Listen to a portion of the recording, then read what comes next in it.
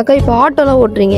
எந்த மாதிரி ப்ராப்ளம்லாம் நீங்க ஏதாவது ஃபேஸ் பண்ணியிருக்கீங்களா அக்கா? நிறையவே இருக்கு. எனக்கு ஸ்டாண்டு கிடையாது. நான் வண்டி புதுசுல கிட்டே இருப்பாங்க, ஓடு இங்க ஏத்தக்கூட அங்க ஏத்தக்கூட அங்க ஏத்தக்கூடாதுன்னு சொல்லிட்டு வண்டியை பிடிக்கவே வருவாங்க. நான் அழுவேன், எனக்கு தெரியாது புதுசுல. எல்லாம் ஜென்ஸ்மா இருக்கும்போது நான் ஓட்டுறது ரொம்ப சிரமப்பட்டேன். இருந்தாலும் பரவாயில்ல ஓடிடுதுன்னா அப்புறம் ஒரு சிலர்லாம் வேண்டாம் பார்த்துக்கலாம் விடுங்க விடுங்க. அதுக்கப்புறம் போக போக எனக்கு பழகிடுச்சு. நான் வண்டி எடுத்து ஒரு 4 நாளே ஷேர் ஆட்டோ பாருங்க கம்ப்ளைண்ட் பண்ணி ஆர்டிஓ வச்சுட்டாங்க. எனக்கு 5000 அப்படியே ஃபைன் போட்டாங்க. அதுக்கப்புறம் அழுதுகிறது காலைல விழுந்து ஆர்டிஓ சரி வீடு பொம்பளை பிள்ளைன்னு சொல்லிட்டு 500 தான் ஃபைன் போட்டாங்க. ஒரு வாரம் ஆச்சு வண்டி எடுக்க.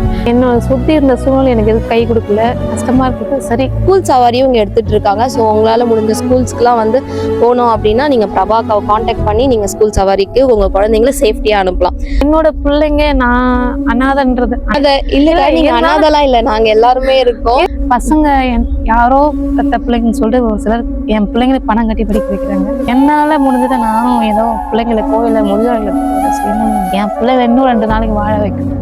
முன்ன பின்ன தெரியாத ஒரு பையனுக்காக கண்ணீர் விடுற அந்த மனசு இருக்கு, அதான் கடவுள். இப்போ வந்து ஆட்டோ அக்கா கூட நாங்கள் ஒரு சவாரி போகிறோம்.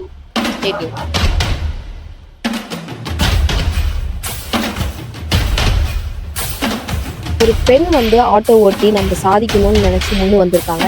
அவங்கள சுற்றி இருக்க ஆட்டோ அண்ணாஸ் எல்லாருக்குமே வந்து ரொம்ப தேங்க்ஸ். ஏன்னா நீங்களாம் சப்போர்ட் பண்ணுறதுனால தான் அவங்க இந்த அளவுக்கு சக்ஸஸ்ஃபுல்லாக அவங்க ஆட்டோ ஓட்ட முடியுது. Thank you so much. பை.